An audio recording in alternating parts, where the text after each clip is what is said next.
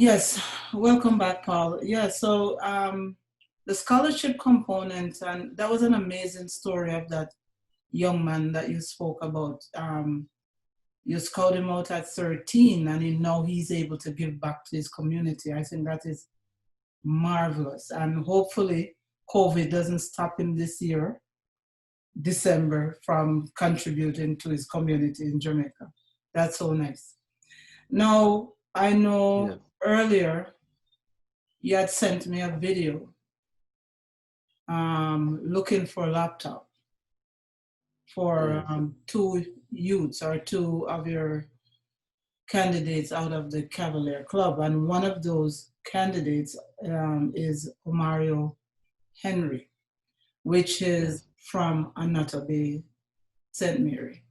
Yes. I just want you to share his story, hoping that the family doesn't feel any way, but it's a matter for others out there to hear what you're doing and the impact Okay. how you change lives. Okay. Well, Mario Henry basically came to my knowledge by someone that had heard about him also. He's a runner, by the way. He's not just a footballer. He's an all-round athlete. He is a top runner and he is also a footballer. What happened? We were taking a team to Cayman a couple of years ago, and somebody brought this kid in that when he told me about a kid that was going to be coming to training, I didn't know where the kid was going to be coming from, right? When I saw the kid, he didn't come late either. He was there before everybody else, and he went, and we were impressed with him. His technically he was very quiet, but he could really play. He was very fast, and that's after a while we found out that he was an athlete. He ran. So when he was picked to go on the team to Cayman, and what we try to do, it's of course it's an expensive venture. So we asked the parents to try to contribute something, right? Um, when we met his mom and so on, she said, "Boy, Omar is not going on any trip." And I said, "Boy, mommy, see what you can do because we're not asking for a lot of money. I think it was a contribution that would have helped with the food, that sort of thing, and so on." And she said, "Boy, Mr. Maxwell, we don't have it at all." And I said, "Okay, you know, we're going to try to do something to carry him with us." And he went on the trip, right? He went and everything went okay. When he came back now, um, we met, as I said, we met the mother and we had a little bit of knowledge that this youngster was looking to go into high school now. When we got him into Calabar High School, right?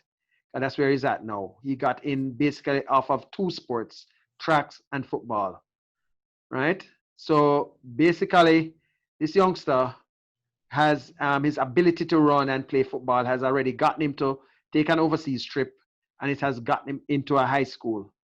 But one day, the mom, we were speaking when he was doing his orientation at school, and she mentioned that the help that she needed, well, she didn't ask for any help actually. It just came out in the conversation that she had some younger daughters, and they were very bright, and they needed the help also. So basically, after speaking, to some other friends, we basically looked, what we could do, and we assisted her read that.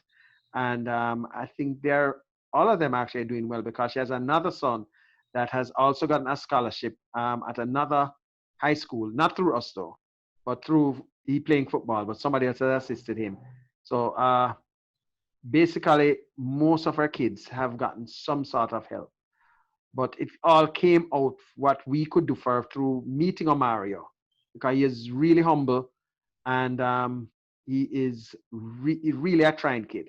Because what I didn't even mention that when he came to training, right, he was taking the bus all the way from St. Mary into Kingston. It's not a short journey.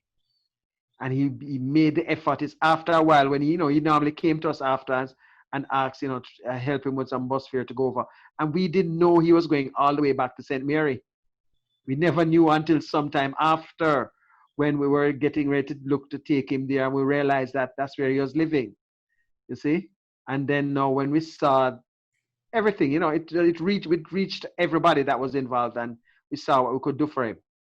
But right now, in the time of COVID, he normally would have been boarding in Kingston with a family and going to school.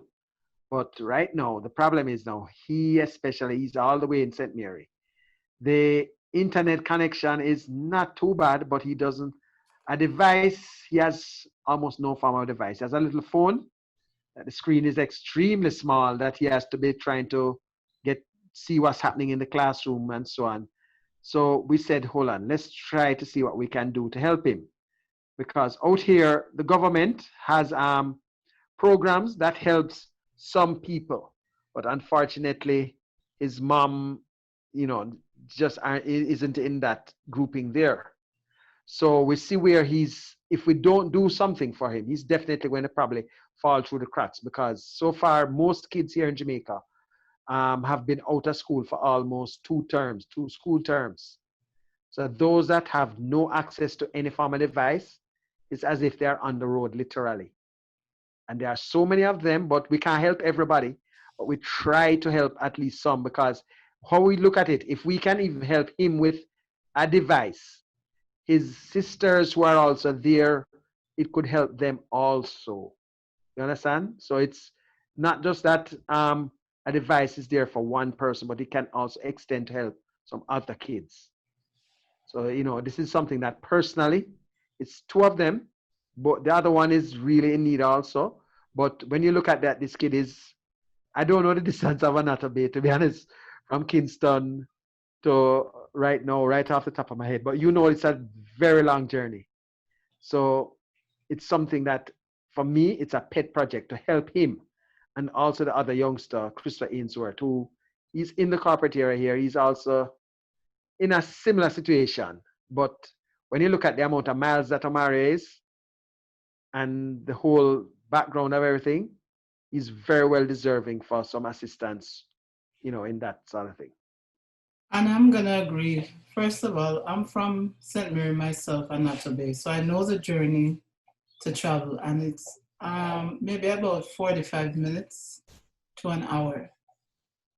I'm not sure where in the corporate area Cavalier is, but it could be a journey. Could be even an hour and a half, depending on traffic.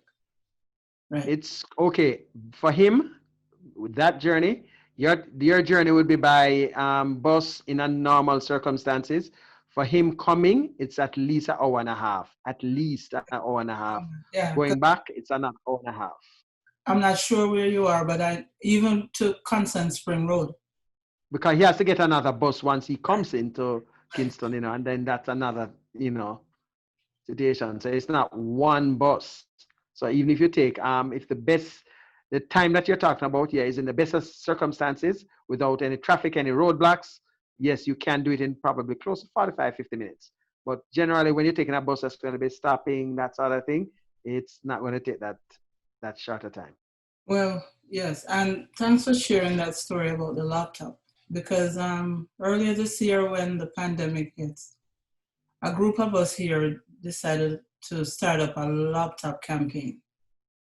So far, we've sent 2 laptops to Jamaica to deserving students who need it.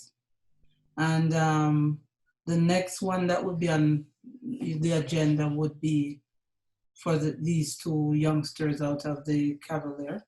We're working on that currently, right?